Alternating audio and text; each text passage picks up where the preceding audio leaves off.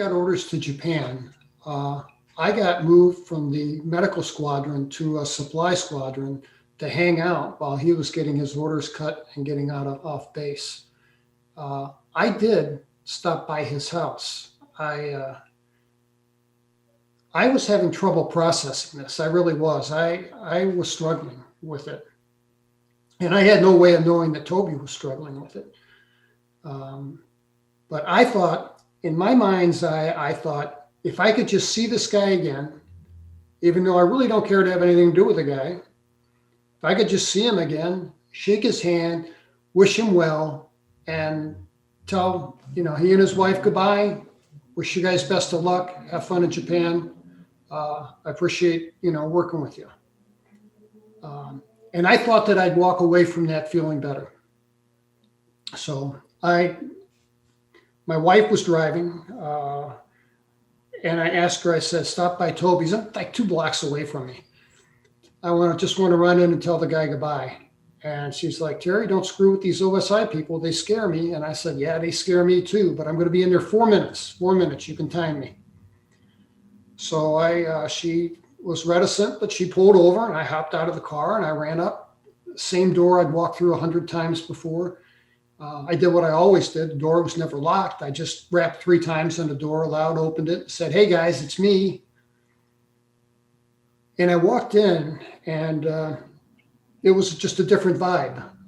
Toby's wife walked past me with a box or a lamp, something in her arms. They were packing for the move. And she kind of, in an unfriendly way, said, you're not supposed to be here. And I said, I know you guys are going to Japan. I just wanted to say goodbye to you and to my friend and wish you guys well. And she kept walking, but Toby must have heard this exchange because he walked around the corner of the hallway. I was standing in front of the foyer and there was a short hallway. And he was a train wreck.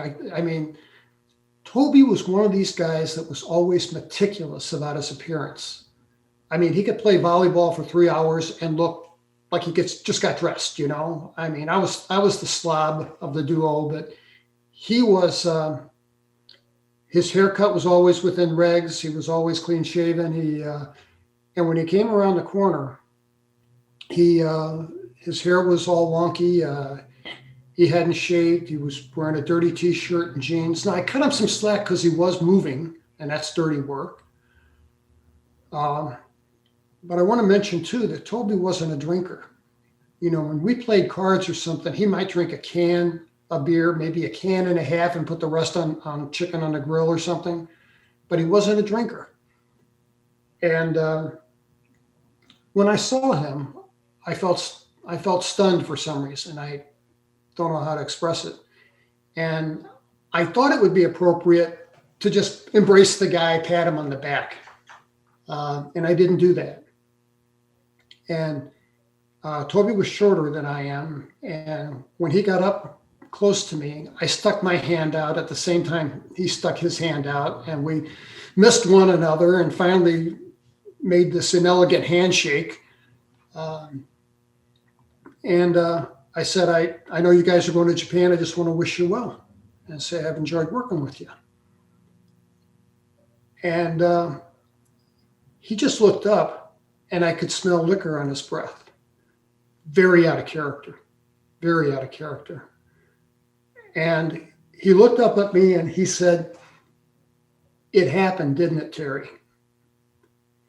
And I said, yes, my brother, it really happened. You're not losing your mind. And he said, but why us?